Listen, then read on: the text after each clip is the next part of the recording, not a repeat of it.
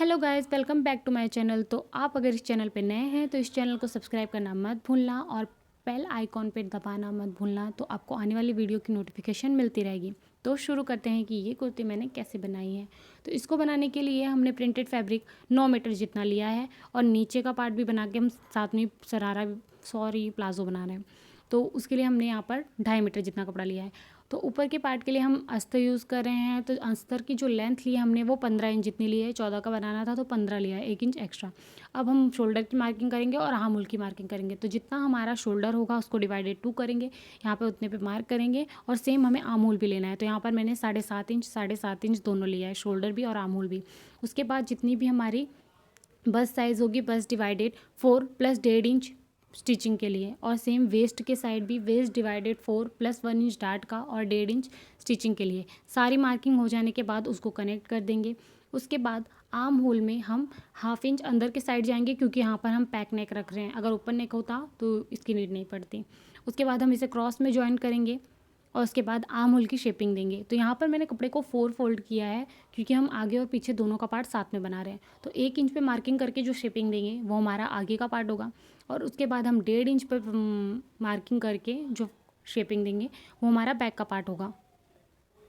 तो इसमें हम सबसे पहले बैक के पार्ट को कट करके निकाल लेंगे, तो हमारा आगे और पीछे दोनों का पार्ट कट हो जाएगा। तो बैक का पार्ट अलग करने के बाद हम 1/2 इंच अंदर करके कट मारेंगे, तो हमें अपना फ्रंट का पार्ट भी मिल जाएगा। अगर आपको मेज़रमेंट की डिटेल वीडियो देखनी हो तो फिर मैंने उसका पेपर पैटर्न कैसे बनाया है बैक नेक का, वो मैं आपको डिस्क्रिप्शन में दे दूँगी।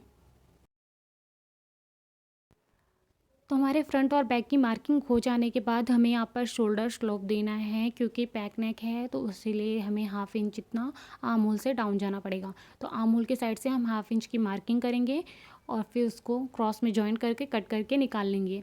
तो यहाँ पर हम आगे और पीछे दोनों के पार्ट में ऐसा करेंगे। तो ये पार्ट कट हो जाने के बाद हम मेन जो हमारा प्रिंटेड फैब्रिक था उस पर ये पार्ट एक्स्ट्रा थोड़ा रख कर कट कर कर इसके साथ कनेक्ट कर देंगे, चारों साइड से स्टिच मारकर आगे और पीछे दोनों के पार्ट में।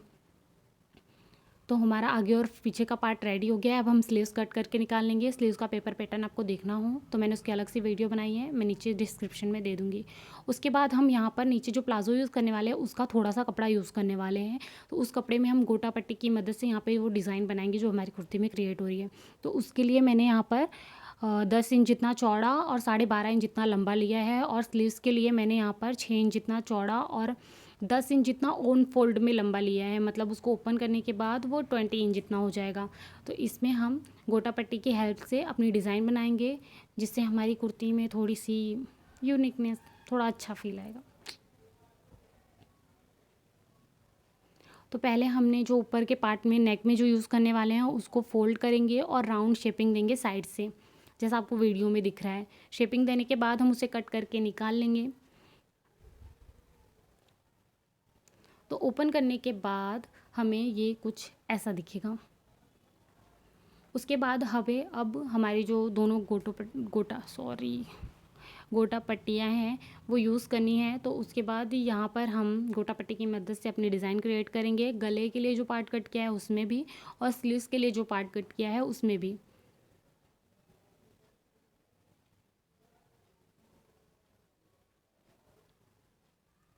मैंने इसका शॉर्ट्स भी बना के डाला है, अगर आपको देखना हो तो आप देख सकते हैं। तो हमने ऊपर के पार्ट में मेन फैब्रिक को भी अटैच कर दिया है और नीचे मतलब स्लीव्स के लिए जो हमने स्पेशली वो गोटा पट्टी वाली डिज़ाइन बनाई थी वो भी रेडी कर दिया और नेक की भी रेडी कर ली है। तो अब इसको अटैच कैसे करना है, तो जो हमारी स्लीव्स है उसमें पीछे के साइड हमने ये कपड़े को अटैच करना है। स्लीव्स को उल्टा करना है और 1/2 इंच पे स्टिच मारनी है। तो दोनों कपड़ों को उल्टा ही रखना है और 1/2 इंच पे स्टिच मारकर जब इसको सीधा करेंगे तो ये फ्रंट पे हमारी डिज़ाइन आगे की साइड आएगी। तो ये मैंने स्टिच मार दी है। अब ऊपर करके हम यहाँ पर नीचे के साइड एक स्टिच मार देंगे और ऊपर के साइड फोल्ड करके एक स्टिच मार देंगे, तो हमारी स्लीव्स रेडी हो जाएगी। बाकी जो एक्स्ट्रा पार्ट है उसको कट करके निकाल लेंगे। उसके बाद ऊपर के लिए मैंने यहाँ पर 2 नेक कट किए हैं। तो आगे मैंने 7 इंच जितना गला लिया है जो बनने के बाद 6.5 जितना होगा, और पीछे के लिए 2 इंच जितना लिया है जो बनने के बाद 1.5 इंच होगा। बाकी गले की चौड़ाई हमने 3.5 इंच ली है, जो मैंने आपको पहले ही बताया। तो कैनवास पे आपको कट करके निकाल लेना है। उसके बाद आगे के वाले जो गले हैं उसको हमने ये जो डिज़ाइन बनाई है उसके बैक साइड में सेंटर लेके उसके साथ अटैच करना है।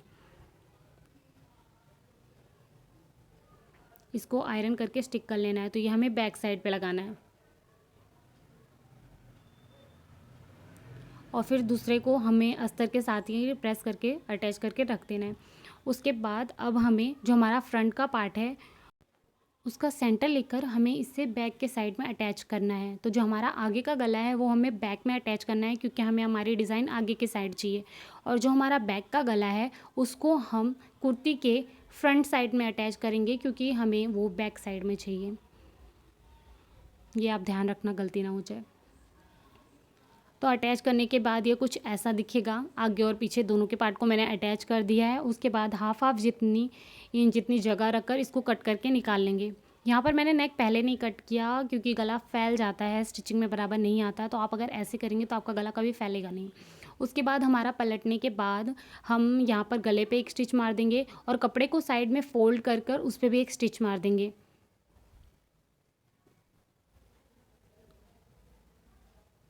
तो ऐसे हमारा आगे का पार्ट रेडी हो जाएगा। और बैक साइड में हमें सेम इसको कट करके हाफ इंच पे पलट देना है और वहाँ पे भी स्टिच मार देनी है, वरना आपसे हैंड नीडल से ओटन भी कर सकते हैं। तो आगे और पीछे का पार्ट रेडी होने के बाद हम शोल्डर जॉइन कर देंगे, स्लीव्स जॉइन कर देंगे, डार्ट दे देंगे और ऊपर के दोनों पार्ट रेडी कर देंगे। तो ऊपर के दोनों पार्ट रेडी होने के बाद हमें नीचे क्या अम्ब्रेला भी कट करना है, जो हमने इस कुर्ती में अटैच किया है। तो यहाँ पर मैंने डबल राउंड का घेर लिया है, इसलिए इसे 8 फोल्ड किया है। तो 8 फोल्ड करने के बाद हमारा जितना भी वेस्ट होगा, फिर टोटल वेस्ट आगे पीछे का उसको 8 से डिवाइड करेंगे। तो जितना आएगा उसको करेंगे, यहाँ पर 8 से डिवाइड करने के बाद जो आएगा उसकी मार्किंग कर देंगे। तो ऊपर के कमर की मैं शेपिंग की मार्किंग कर दूँगी। उसके बाद हमें जितनी भी लेंथ लेनी है, तो मैंने यहाँ पर 33 इंच की लेंथ ली है। 32 लेनी थी, सॉरी 31.5 लेनी थी। तो 1 इंच उसमें एक्स्ट्रा नीचे की हेमिंग के लिए और हाफ इंच स्टिचिंग के लिए। तो क्रॉस में करने के बाद जो एक्स्ट्रा छोटा पड़ रहा था उसके लिए मैंने अलग से कपड़ा रखा है, उसको स्टिच मार के मैं शेपिंग दे दूँगी। तो हमारा होने के बाद यहाँ पर 4 पार्ट रेडी होके आए हैं, क्योंकि मैं डबल राउंड का बना रही हूँ, कुर्ती में यूज़ कर रही हूँ, तो इसलिए। बाकी आपका 2 में भी हो जाएगा। तो आप जितना भी फोल्ड करें उस हिसाब से अपनी वेस्ट को डिवाइड करके कमर की मार्किंग करना। उसके बाद आगे 2 पार्ट और पीछे 2 पार्ट यूज़ होंगे। तो आगे के दोनों पार्ट को साथ में अटैच करके हमें कमर से अटैच कर देना है और सेम हमें पीछे साइड भी ऐसे ही करना है। पीछे दोनों पार्ट को अटैच कर फिर उसको हमें ऊपर के पार्ट से अटैच कर देना है। उसके बाद हमें साइड सिम जॉइंट कर देनी है और नीचे के पार्ट में हाफ इंच पे 2 बार फोल्ड कर 1 इंच की, मतलब हाफ इंच पे फोल्ड कर हेमिंग कर। तो सब कुछ करने के बाद हमारी कुर्ती रेडी है। आपको ये वीडियो कैसी लगी मुझे कमेंट करके ज़रूर बताइए। मिलते हैं नेक्स्ट